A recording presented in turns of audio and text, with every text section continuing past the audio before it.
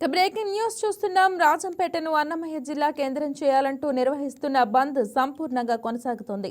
వ్యాపారులందరూ స్వచ్ఛందంగా దుకాణాలు మూసివేశారు. ఆఖరకు ఆటోలు కూడా తిరగకుండా ఆటో కార్మికులే బంద్ నిర్వహిస్తున్నారు. ఉమ్మడి కడప జిల్లాలో కడప తర్వాత ఉన్న అతిపెద్ద ఆర్టీసీ బస్టాండ్ డిపో అయిన రాజంపేట మూతపడింది. డిపోలో మొత్తం బస్సులన్నీ ఆగిపోయాయి. పాత బస్టాండ్లో ఆటో కార్మికులే ఆటోలు తిరగకుండా బంద్కు సంపూర్ణంగా సహకరిస్తున్నారు. కూరగాయల మార్కెట్ పూర్తిగా మూతపడింది. పట్టణంలోని దుకాణాలు మొత్తం మూతపడ్డాయి. తెల్లవారుజామున 5 గంటల నుంచి తెరుచుకోవాల్సిన దుకాణాలు కూడా ఎవరూ తెరవలేదు. ప్రజలు, వ్యాపార వర్గాల వారు, వాహనదారులు, కార్మికులు అన్ని వర్గాల వారు బంద్కు సహకరిస్తున్నారు. అన్ని రాజకీయ పార్టీల వారు కూడా బంద్కు తమ సంపూర్ణ సహకారాన్ని అందిస్తున్నారు. అందువలనే బంద్ సంపూర్ణంగా కొనసాగుతుంది. రాజంపేట జిల్లా కేంద్రం కోసం జాయింట్ యాక్షన్ కమిటీ బాగా కృషి చేస్తోంది.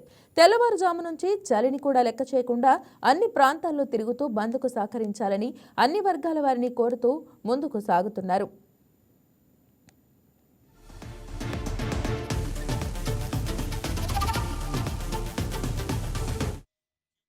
దీనిపై మరింత సమాచారం కడప నుంచి మా స్పెషల్ కరెస్పాండెంట్ సాయి సురేష్ అందిస్తారు.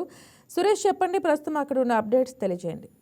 రైట్ మహిళ, ఏదైతే రాష్ట్ర ప్రభుత్వం తాజాగా జిల్లాల పునర్విభజనకు సంబంధించి గెజిట్ విడుదల చేసిందో ఇందులో భాగంగా రాయచోటి వద్దు రాజంపేట ముద్దు అనే నినాదంతో రాజంపేటను అన్నమయ్య జిల్లా కేంద్రం చేయాలంటూ మంగళవారం జేఏసీ ఆధ్వర్యంలో బంద్ ప్రకటించడం జరిగింది.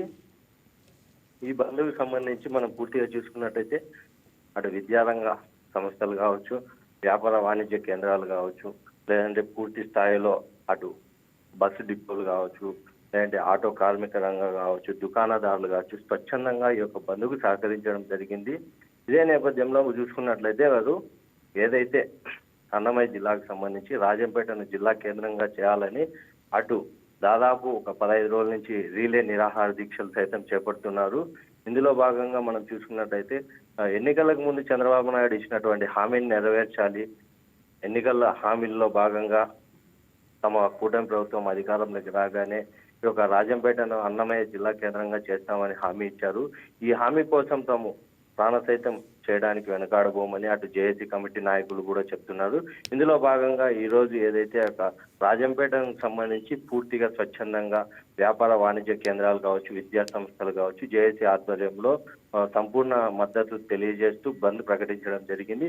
ఈ బంద్కు సంబంధించి పలు రాజకీయ పార్టీ నేతలు కావచ్చు, రాజకీయ నేతలు కావచ్చు స్వచ్ఛందంగా సహకరించడం జరిగింది. మహిళ రైట్, అయితే మరి బంద్ సందర్భంగా సామాన్యులు ఎవరైనా ఇబ్బంది పడే పరిస్థితి కనిపిస్తుందా? అదేవిధంగా అధికారులు ఏ విధంగా స్పందిస్తున్నారు?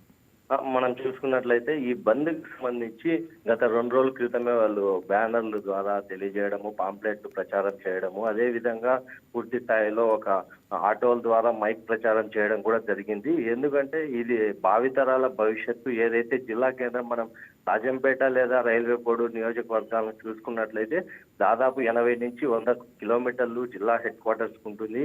ఏదైనా ప్రజలు సమస్య అని కలెక్టర్ గారిని కలవాలన్నా, లేదంటే జాయింట్ కలెక్టర్ సంప్రదించాలన్నా 80 నుంచి 100 కిలోమీటర్లు దూరం ఉన్న నేపథ్యంలో ఈ యొక్క సమస్యను ప్రజలు భావితరాలుగా తీసుకొని స్వచ్ఛందంగా, అంటే ఎటువంటి సమస్య ఉండకుండా, ఏ ఒక్క సామాన్యునికి కూడా సమస్య రానివ్వకుండా ఆ యొక్క బంద్ను కూడా వాళ్ళు జేఏసీ ఆధ్వర్యంలో సంపూర్ణ మద్దతుతోనే చేసినట్టు మనం చూడొచ్చు. మహిళ రైట్ సురేష్, థ్యాంక్ యూ.